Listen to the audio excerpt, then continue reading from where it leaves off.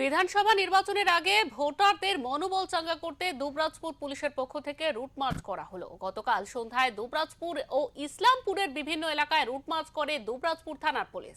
সাথে ছিলেন দুবরাজপুর থানার ওসি মনোজ সিং সহ বিশাল পুলিশ বাহিনী।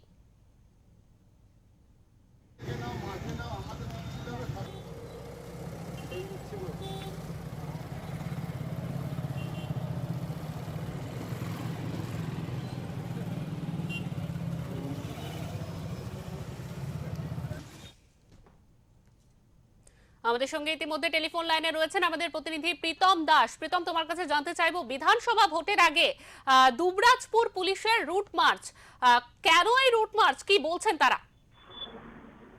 দেখো শিল্পা, প্রথমে বলে রাখি যে বীরভূম কিন্তু সামনেই বিধানসভা ভোট, তার আগেই কিন্তু বিভিন্ন জায়গা থেকে তোমার পুলিশ কিন্তু বোমা উদ্ধার করছে। কোথাও তোমার বোমা বাঁধার কাজ চলছে বা কোথাও বোমা বিস্ফোরণ হচ্ছে। একাধিক মানুষের মন চাঙ্গা করতে বীরভূম জেলা পুলিশ প্রশাসনের পক্ষ থেকে শুধুমাত্র দুবরাজপুর নয়, বিভিন্ন এলাকার বিভিন্ন থানা চত্বরের প্রতিটা গ্রাম শহর টহল দিচ্ছে পুলিশ, যাতে ভোটারদের মনোবল চাঙ্গা হয় এবং তাদের সাথে কথা বলছে, তারা ভীত সন্ত্রস্ত যেন না হয়, তাদের সাথে ঠিক মতো কথা বলছে।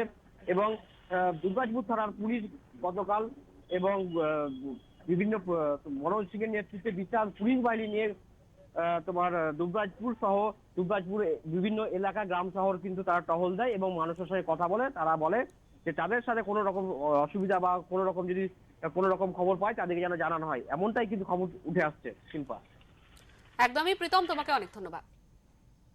আমাদের সঙ্গে ছিলেন আমাদের প্রতিনিধি প্রীতম দাস। তিনি জানাচ্ছিলেন যে ভোটের আগে সাধারণ মানুষকে সাধারণ মানুষদের সাহস জোগাতেই কিন্তু দুবরাজপুর পুলিশের এই রুট মার্চ।